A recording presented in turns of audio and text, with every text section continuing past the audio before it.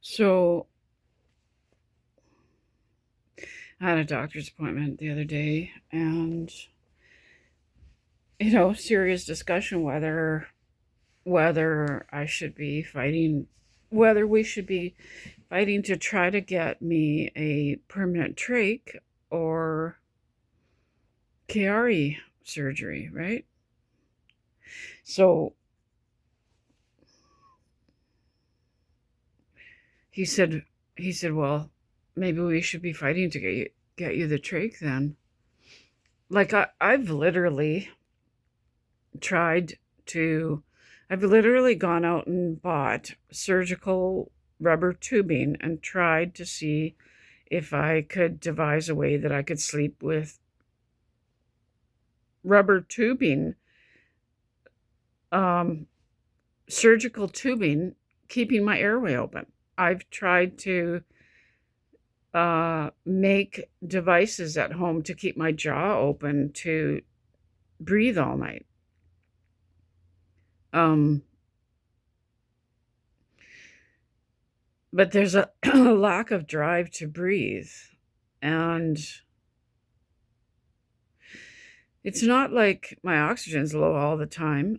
My oxygen can I'm on CPAP most of the time.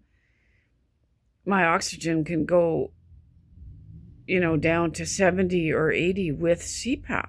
That shouldn't be happening. And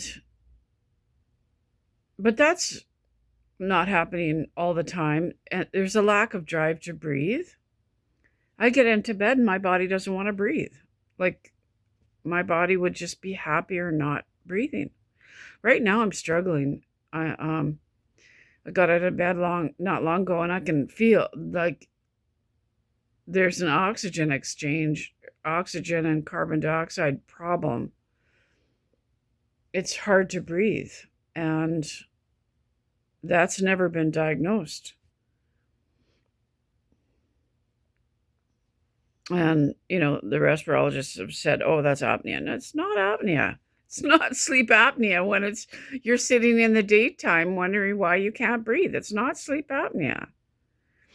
So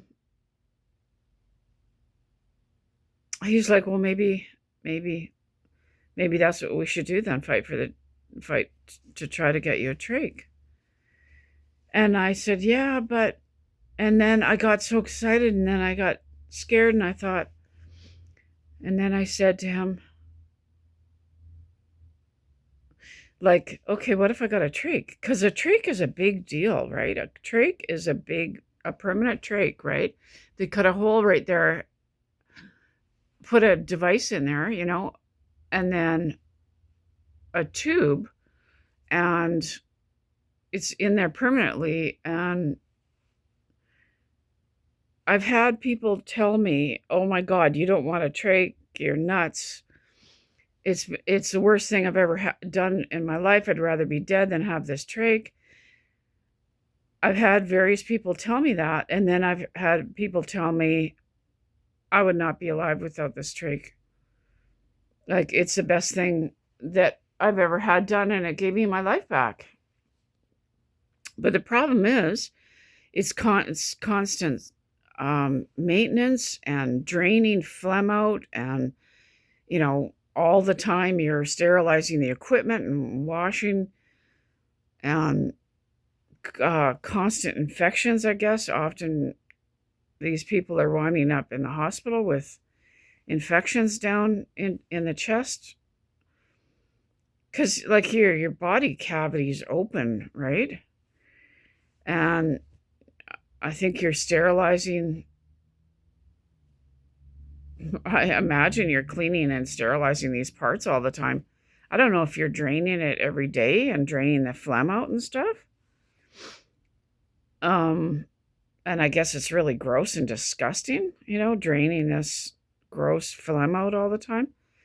I don't get grossed out easy, but like you're signing up for something that needs constant maintenance and cleaning and sterilizing and equipment,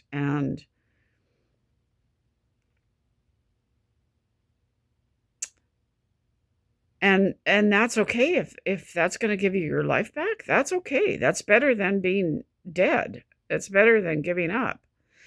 And like literally there were times, and this is crazy, and I told my doctor this, literally there was times that I was so desperate.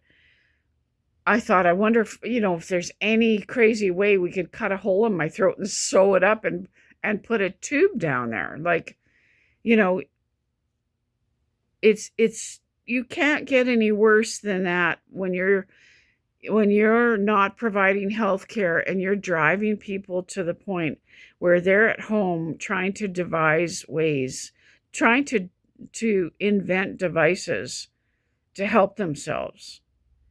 You got a patient trying to put rubber tubing down their throat to keep their airway open at night. That's crazy when you've driven patients to that level of desperation. And it's not that the apnea is that severe anymore, because it was really severe, but it's the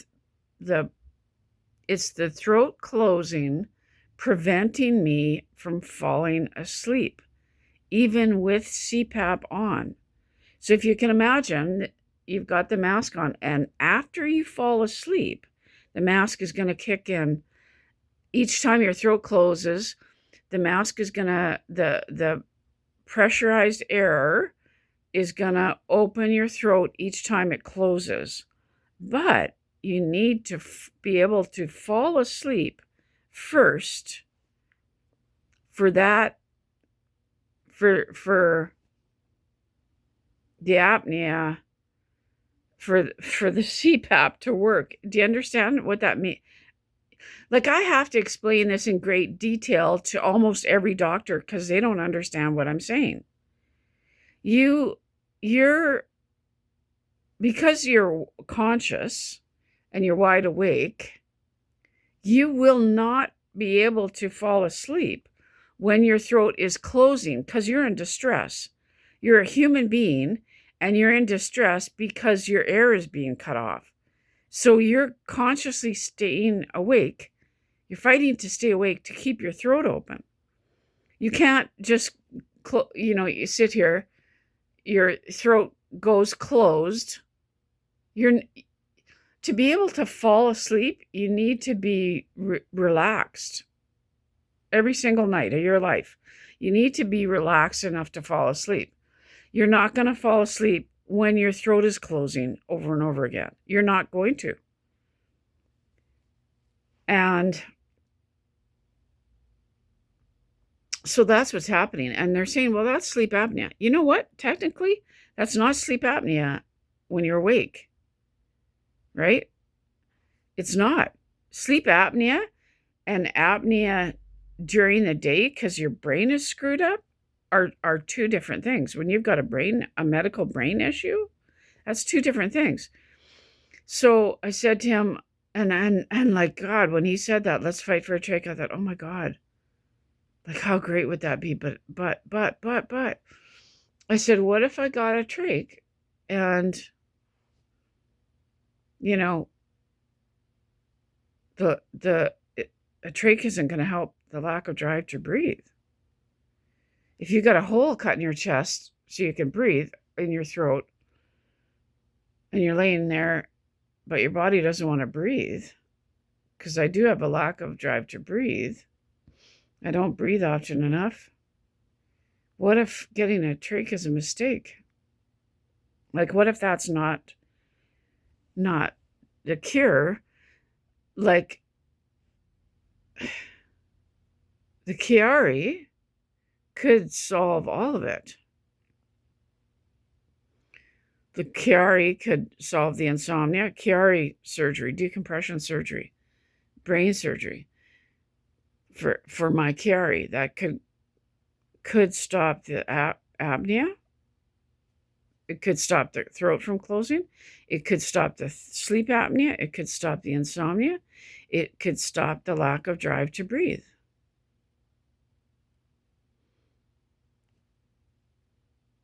And he totally agreed. because all that stuff can be happening from the brainstem being compressed. He totally agreed. So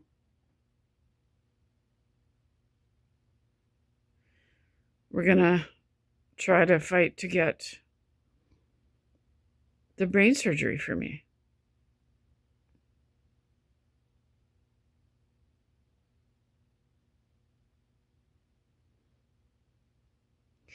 But, you know, we're working with a whole system that's resistant to me because of my history with all these providers, with all my medical injuries and long-term misdiagnosis. They're resentful about all the long-term misdiagnosis that they did with me, and the sinus surgery that's caused chronic issues.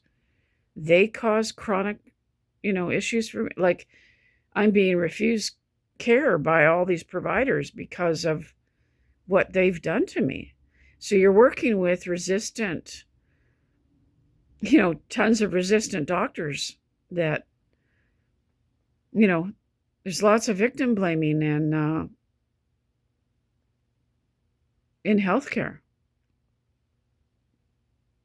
So he's going to try to see if we can do this, if we can get, the system to ease up and give me the help I need.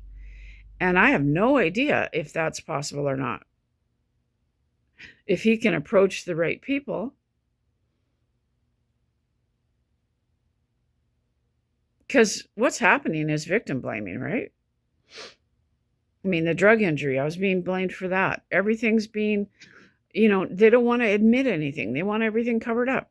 Fine, cover it all up, but in the end, do the right thing for someone who's in distress.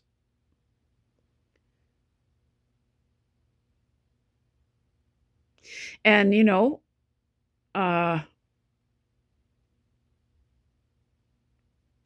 I'm running out of time here. I could only do 15-minute videos. But, in the end, like, here's the reality of Chiari surgery. You can go in to the surgery with all sorts of problems and sleep apnea and migraines and inability to sleep and this and that and the other thing. And you can come out of there, with all sorts of complications. You might not survive the surgery. You can come out with a CSF leak. You can come out and your symptoms are worse. You might not survive surgery. You might come out and everything's better. Like, it's such a gamble. People don't realize it's a gamble. It's 100% gamble. And you need your affairs in order before you go in.